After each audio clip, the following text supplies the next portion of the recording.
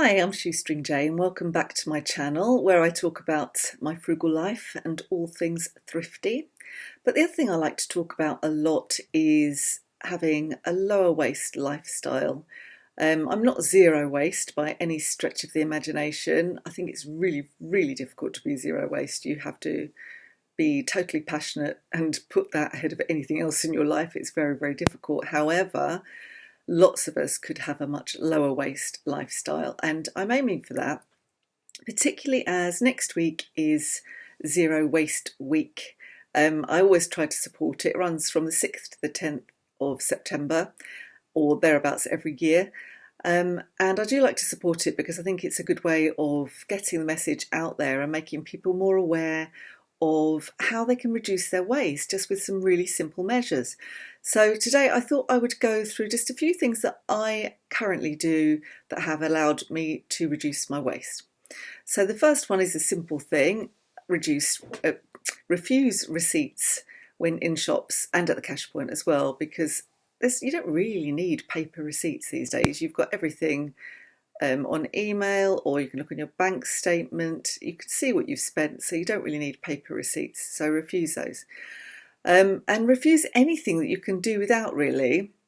When I went to get these new glasses at these opticians the other day, they immediately offered me another case, and they do that every time. And I've in the past I've just taken the case, which is ridiculous because I end up with a load of cases, or glasses tipping around. The glasses have gone and the cases still exist in various drawers. So this time I said, no, don't need a case, I've got one. So I declined. Number three, I would say is, I've said this lots of times before, is use bar soap and solid shampoo instead of hand wash, shower gel, shampoo, that kind of thing. There's usually a bar variety that you can use. I'm even exploring the idea of using bar soap to do the washing up. There's a whole lot less plastic packaging entailed in those. Number four, buy whole fruit and vegetables and cut them up yourself rather than buying plastic trays and plastic bags full of them. And I don't mean this if you have any kind of disability. If you've got arthritis in your hands or something, then clearly having pre-chopped vegetables is a much better option for you. But for most of us, it takes 5 minutes to chop a pepper or chop some fruit. You don't need to buy everything pre-chopped. How much time do you need to save? It literally is going to take 5 minutes, and it will create a lot less waste. So number five, if you ever have any work done to your house, you have any cause to get a skip, then really think about what you're putting in it, and maybe think about offering some items to other people. So you could do it through FreeCycle or Frugal, or you can offer it on Facebook Marketplace. You could just put a free sign up outside your house and see if anybody wants any bits and pieces. So that could be even pieces of wood, planks and building materials, certainly items of furniture. Don't tip them, it's just such a waste. And then if you're going past somebody's house and they've got to skip, have a little look through, ask permission first, obviously. But the stuff that people throw away, I know there are lots of almost professional skip divers, certainly in America. And we've pulled out some really nice china from a skip before. I know other people have as well. So rather than just tipping things or walking past a skip without having a look, just change your perspective on that. And things going to landfill, I have been on our local council to start a tip shop because we don't have one, and I know lots of councils run them, so they rescue things that people have dumped at the landfill and they just sell them off very, very cheaply just to stop them going to landfill, which makes perfect sense. Sometimes charities run them, I think, so they get the benefit of them. So it's worth lobbying your local councillors to see if that's something that's a possibility. So that was number six. Number seven, if you're handy with a needle and a thread, think about repurposing or refitting charity shop dresses and clothing. There are lots of YouTube channels that do this and show you how they do this, and they're really clever. I wish I was that clever. I don't do this because I'm really not that clever. I can do a hem, I can sew a button, I can do small repairs, and that's about the extent of my skill. But if you've got a sewing machine, you could probably do a lot better than me. Number eight, Buy recycled products such as stationery, toilet paper and other items made of plastic waste. So if you help create a strong market for those kind of things, then there's more incentive for people to use those items, reuse them, make them into something else. So it's worth actually supporting those and buying recycled when you can. Number 9, buy your fresh produce loose to reduce your waste. I get quite frustrated because I try to do this as much as possible, but I tend to shop in Lidl and Aldi because I am on a budget and they don't always have those options. So it's something really that we should be challenging the retailers about. I know sometimes, they need to protect soft fruits and things. They're travelling some distance. There'll be a load of mush otherwise by the time they get there. But there are other possibilities. There's cardboard or biodegradable options. So and everything doesn't have to be covered in plastic. Sometimes you see ridiculous things. I haven't seen it for a while, but I do remember seeing somewhere half a banana with cling film around it. I think it might have been a service station or something, which is just madness, So if possible, if you have the option to do so, if you have a good fruit and veg market, for example, buy your fruit and veg loose if you can. Number 10, gift giving. Give consumable items as gifts if you can. So rather than pointless plastic tat or things that you're not sure that they're going to really like, play safe and give them something that they will use or they're very likely to use, that's consumable. For example, you could give chocolates or cakes or wine or beer or bath salts or nice shampoo bars, that kind of thing. Obviously make sure that they're not diabetic before you give them chocolates, or they can drink, they do drink, those kind of things. But consider making up little hampers, that's what I do, and giving those as gifts of consumables, and try to make sure the gifts are in easy recyclable packaging such as glass and cardboard. Number 11, and talking of that, number 11 would be in your general shopping, if you've got the option of choosing, I don't know, some coffee in a plastic container or coffee in a glass container, choose the plastic container. I always go for the mayonnaise in a proper glass container rather than the squeegee plastic ones to reduce my plastic waste. And if you can choose a cardboard container rather than plastic, then do that. Sometimes you get rice packaged in card, don't you? Sometimes you get it in plastic. So if there's any choice and there's a possibility, then consider going for the more recyclable option. I think we've got internet problems today, so I'm really sorry if my screen keeps freezing. I'll keep stopping it and starting it again. So number 13, I think we're up. No, number 12, try to reuse product packaging before you tip it in the recycling, or some of it has to go in the bin. So I save things like small cardboard boxes that you get from Amazon because they're really, really useful for packaging things up, particularly if I've sold something on eBay that's a bit fragile. I always keep bubble wrap because you never know when you're going to need it, and it's quite expensive and it's made of plastic, so if you can reuse it, then that's good. Jiffy bags as well, they are very difficult to recycle, if not impossible, I would think, because they're made of mixed materials. So why buy a Jiffy bag new? I never do, I just put a new label on them, that kind of thing. Nice glass jars can be repurposed to hold tea and coffee, etc. I showed you how I put my Ribosha tea bags into an old coffee jar. It was an old pickle jar actually recently, and I just put some Fablon on the top to make it look pretty. Jam makers are always on the lookout for jam jars actually, so you can always offer those on FreeCycle if you don't know anybody who makes jam yourself. Number 13, look out for second-hand gifts. So at charity shops, at boot sales, at yard sales, you'll sometimes see unwanted gift sets. So people have been bought them, they didn't want them. You might be able to find a good recipient who will appreciate them. So that's quite a good thing to do to make sure that they get used up. Number 14, keep old envelopes and bits of scrap paper for writing notes and shopping lists on. I've still got old pads from when my daughters were at school. I'm still using the ends of them, but I do save my envelopes as well. They're good for shopping lists, I think. Number 15, use box washing powder. So rather than buying big bottles of liquid washing liquid rather, think about going back to the box powder, because then you've just got a cardboard box. It's a lot easier to recycle. Um, Sometimes people make their own. If you look online, you can find recipes for laundry gloop. I think I did use some a long time ago. I have to say it wasn't as effective. So it's the kind of thing you could use for lightly soiled items or coloured items, but perhaps not for whites. Or if you've got a baby that has like squashed banana on their bibs and that kind of thing, they don't work well on that. So if you have a dishwasher, make sure your tablets are the ones with the dissolvable film on them. They come in cardboard boxes as well. Alternatively, again, you can make your own dishwashing detergent. There are various recipes online. Again, I haven't tried them, so I can't say how good they are. Number 17, if you have a refill shop near to you and you can afford to use them, then take your own containers along and fill up, and you can buy dry goods, things like lentils and nuts. I really like the idea of the shops. I was really excited when we got one in our town, but actually I tried to do a bit of shopping in them. They were so expensive that, when you're on a budget, it's really, really hard to do that. And I've moaned about this before.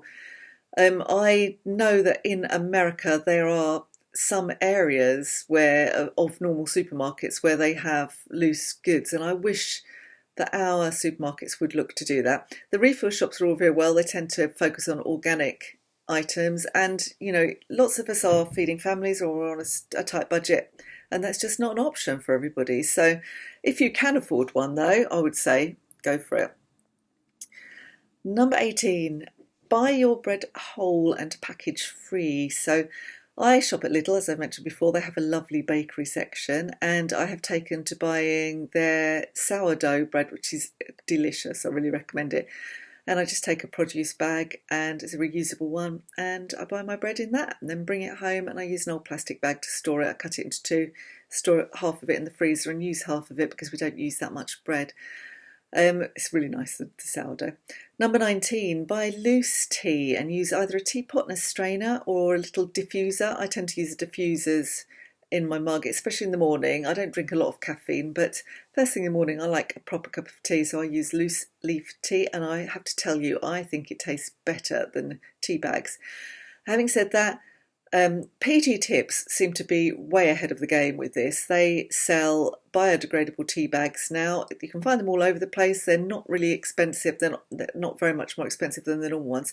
They don't contain plastic, which is good. And their loose tea as well doesn't even come in plastic inside. So it's just a little cardboard box with loose tea in it. So good on PG Tips.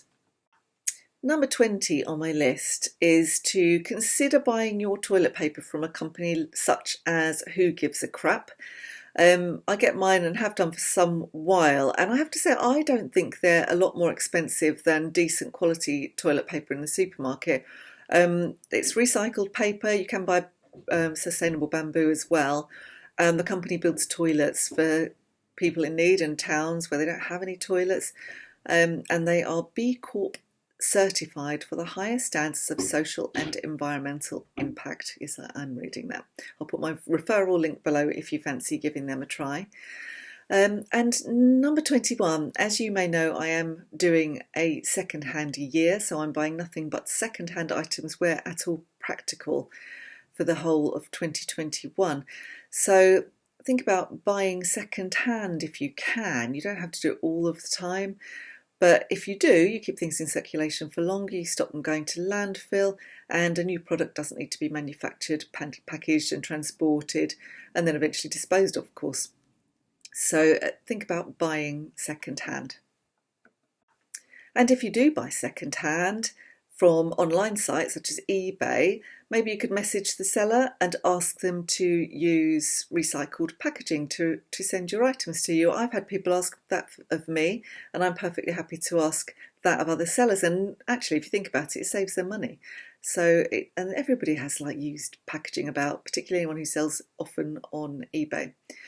Number 23, if you have pets, try buying larger bags of dried food, so you end up with less packaging than buying lots of individual small bags.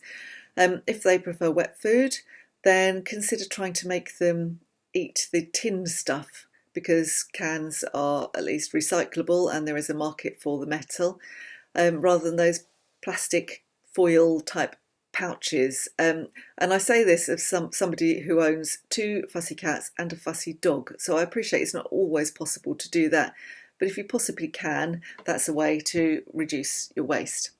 Number 24, avoid fast fashion. It's currently Oxfam's second-hand September. I've mentioned this before. You can sign up via the Oxfam website and pledge to buy nothing new for the whole of September. They mainly focus on clothing, but other items too. Why not spread it out to everything? But fast fashion particularly is so bad. So much of it ends up in landfill. It's very, very poor quality. The places where it's produced are fairly dubious. You do worry about the conditions of the workers and whether they're being paid enough and whether it's safe. So instead of slavishly following fashion and saying, oh, this is last season, it's old fashioned, I'm going to dump it, think about maybe looking at vintage or other secondhand, creating your own style. You could even follow the trends if you really want to, but try and find something that's secondhand. But I would say, just develop your own style. Why do you have to look the same as everybody else anyway? 25, another thing to give a miss is fast food. So even though some companies like McDonald's are now using a lot more cardboard, how many people do you see putting that into recycling? It all ends up in the bin, it ends up in landfill. A lot of it is polystyrene still. A lot of the cups are not recyclable. I know they've made some strides and now we get straws that are made of paper, but there was even some question over whether that was recyclable. If I come across those, I tend to stick them in my compost bin because I compost outside and I put a lot of cardboard in there. But if you give fast food a miss, you'll avoid so much of that packaging, save yourself some money as well. Number 26. So this is just one of many things that you can make yourself at home, but people buy a lot of pasta sauce in jars. It's really, really easy to make pasta sauce. It's just frying up an onion, maybe some garlic, tip in a tin of tomatoes. You can add some peppers, some mixed herbs, a bit of seasoning. It's really, really easy to make a basic tomato sauce that you can use on pasta or on any other things. And on a similar vein, number 27, cook your own rice. People seem to think rice is really difficult to cook. I've never found this to be the case. You just get a pan of boiling water going, measure your rice out so you don't cook too much. You just want 2 or 3 ounces per person. Cook it for 8 or 10 minutes, just test it, don't stir it too much, otherwise it'll get too starchy. It really isn't difficult, you don't have to stand over it. So although it's quicker to get little packages of microwavable rice, that's more packaging. So if you buy one big bag of rice, that's a lot less and it saves you money again. So number 28, stop buying wrapping paper. If you do buy wrapping paper, by the way, then consider not buying the stuff that is foil covered, because that is impossible to recycle. You might think you're sticking it in the recycling, it's going to get recycled. It isn't. It's mixed materials and it won't get recycled. It will just get tipped out. Instead of buying wrapping paper, why don't you save the paper that you're given, carefully unwrap presents and reuse them? How about using the gift bags? Again, I'm sure you do that already. Ribbons that I come across, I always keep to package up gifts that I'm giving to people. Fabric scraps or nice scarves that you find in charity shops are really nice to wrap gifts. I did that for everybody last Christmas, and people either said, oh, I'm going to keep this and I'm going to use it again, or they gave me them back so I could use them again. So people get into the spirit of it. To start with, they might think, what's going on? But if it looks attractive and pretty, people get into that kind of thing. So a lot more people are becoming aware of it. So don't be embarrassed about it. Set a trend. Number 29, just buy less stuff. Question each and every purchase that you make. How much stuff do we really need? I say this as somebody who does buy too much stuff, even if it is secondhand. I am trying to rein it in. And I also get rid of a lot of stuff, so I'm decluttering all the time. But certain things like large items, electrical items maybe, tools and that kind of thing, can you borrow it from a friend rather than buying them? Do you really need a new drill? Will you use it more than once? Can you borrow it from somebody? Lawn mowers and things like that, can you share them with other family members? Can you buy second hand if you can't? So just buy less stuff. Think about do I really need this in my life? Could I be slightly more minimalist? Number 30, and on the similar vein, declutter regularly. So if you don't declutter, you forget what you've got. So you get more and more stuff, even in your larders and in your back of your freezer and that kind of thing. If you do a regular declutter, a regular stock take of what you've got in the house, you can make sure you use things up. You'll find clothes you've forgotten you had and that kind of thing if you declutter your wardrobe. And then if you find those things, it's almost like getting something new. You can start wearing them again. If you don't want them, you could donate them to charity or you can sell them online.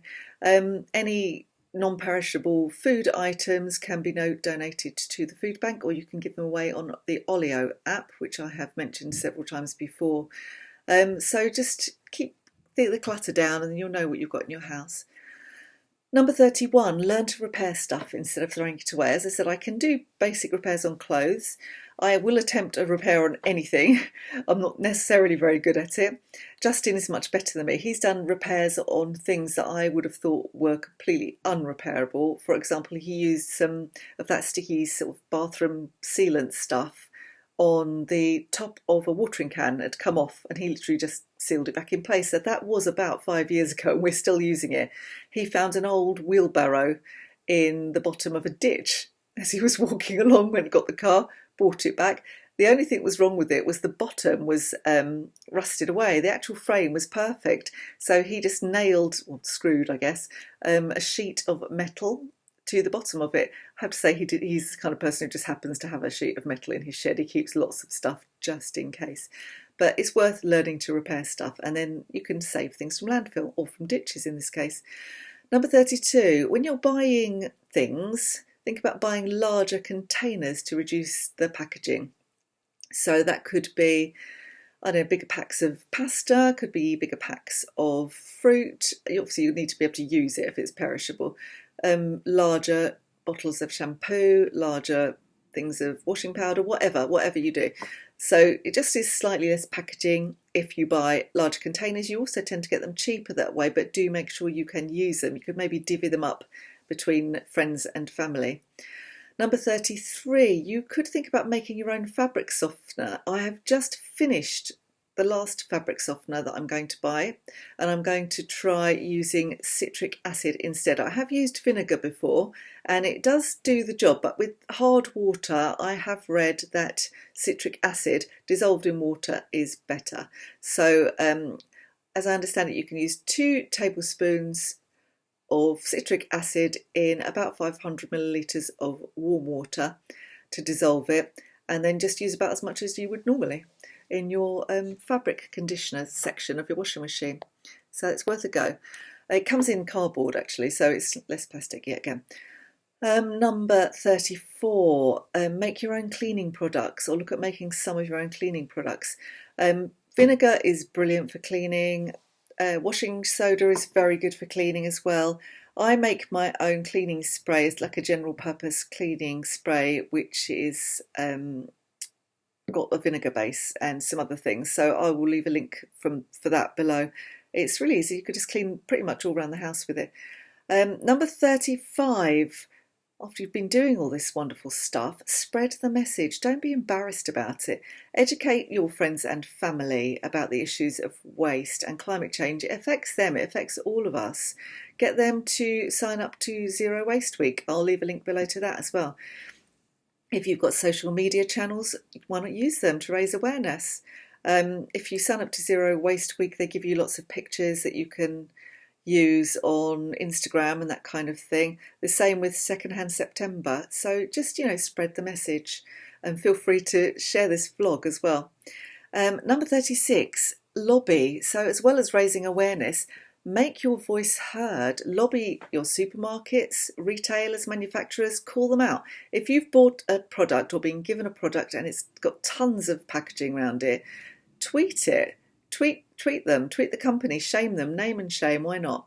Lobby your supermarkets, write to them and say, why are you not offering more loose fruit and veg?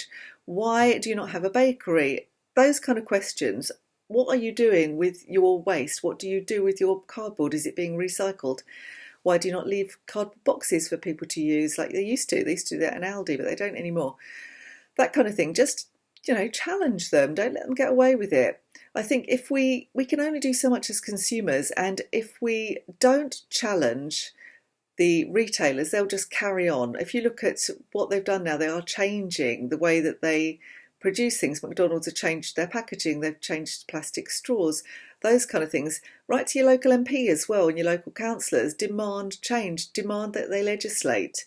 Because, as I've said before, we can only do so much. And if they don't legislate, then and make it illegal to produce ridiculous items that have ridiculous amounts of packaging. Or do you remember the recent story about Amazon just chucking pallet loads of returned electrical items, just throwing them away because they couldn't be bothered to deal with them?